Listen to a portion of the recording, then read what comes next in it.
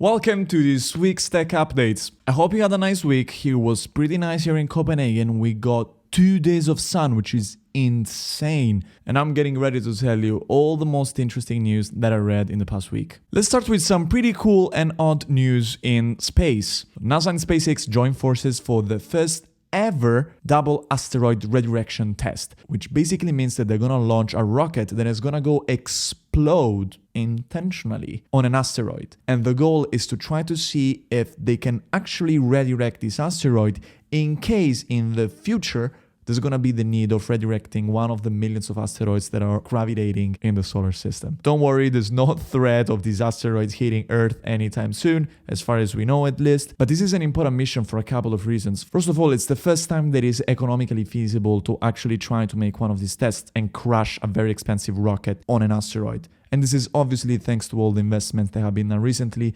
to SpaceX and Elon Musk. And the second reason is this is also the first time that SpaceX tries to launch a rocket to another planetary body. For the second news, we have to go back to planet Earth, specifically to Google's headquarters. So Google has a company called X that is making research on robots. And historically, robots have been pretty good at doing very specific, maybe even complex tasks, but they suck a lot when it comes to do very simple tasks like opening a door or cleaning a window. Google decided that the robots were good enough to be deployed in the headquarters. And these robots are now basically little arms on wheels that are walking around and cleaning tables, opening doors, cleaning windows, and doing these sort of very simple tasks that yet, until some time ago, were completely impossible for robots. This is pretty cool because it's one of the first steps to take robots and bring them into our lives to do some general purpose tasks. Second reason why it's interesting is because these robots are actually learning as they go. They're learning to do tasks while exploring, while testing, while trying to clean a table, I guess. Third news is about crypto. A group of people raised $40 million to buy one copy of the Constitution of the United States. And they did that through an organization called Constitution DAO, where DAO stands for Decentralized Autonomous Organization. So here's how it was supposed to work. People will have to send Ether, so a cryptocurrency, to this organization, and they will get a token back called People. Based on how many tokens they had, the token will give people the right to decide what to do with this Constitution copy, where to expose it, a bunch of different things. But people did not technically own the Constitution. So these tokens that people will get gave them just the rights to decide what to do with it, not ownership. Constitution DAO raised $40 million, but unfortunately was not enough to buy this copy of the Constitution, which was bought instead by an American billionaire. So now the problem is, what are these people gonna do with these tokens that give them the right to decide what to do with an object that they don't own?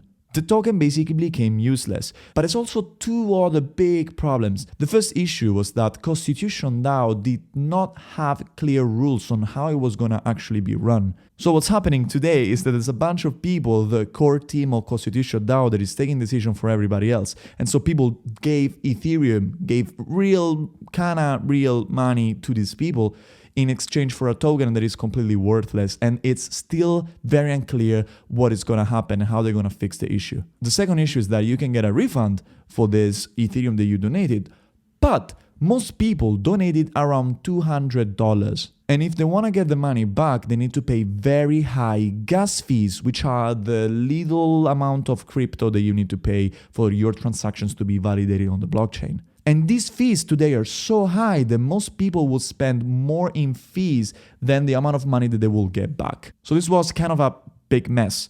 I strongly believe that crypto has a lot of potential to revolutionize the way that we create organizations, but there's still a lot of open questions and definitely a lot to learn also for cases like this.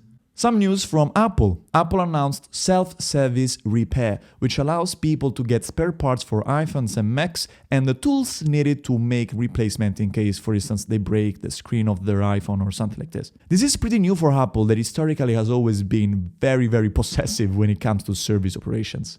But it makes sense in today's Apple strategy, which is trying to push services instead of devices. So if they help people increasing the lifespan of their devices, not only they save the environment, they pollute less, but they also manage to get more money from services because people that maybe don't have enough cash to buy a new iPhone will just repair it instead of switching to a competitor.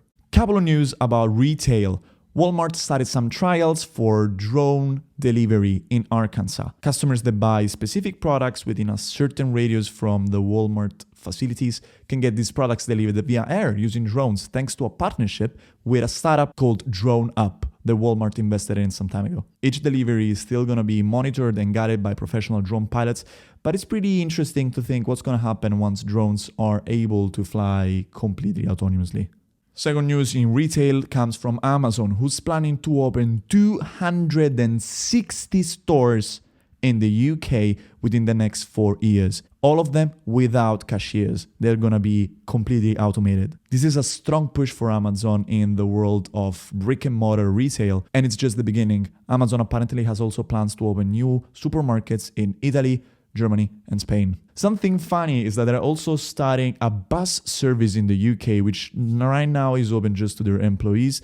But it sounds like Jeff Bezos is still very hungry and wants to get into any possible business on Earth. That's it for this week. Let me know down in the comments which piece of news you found the most interesting, and I wish you a great weekend. See you!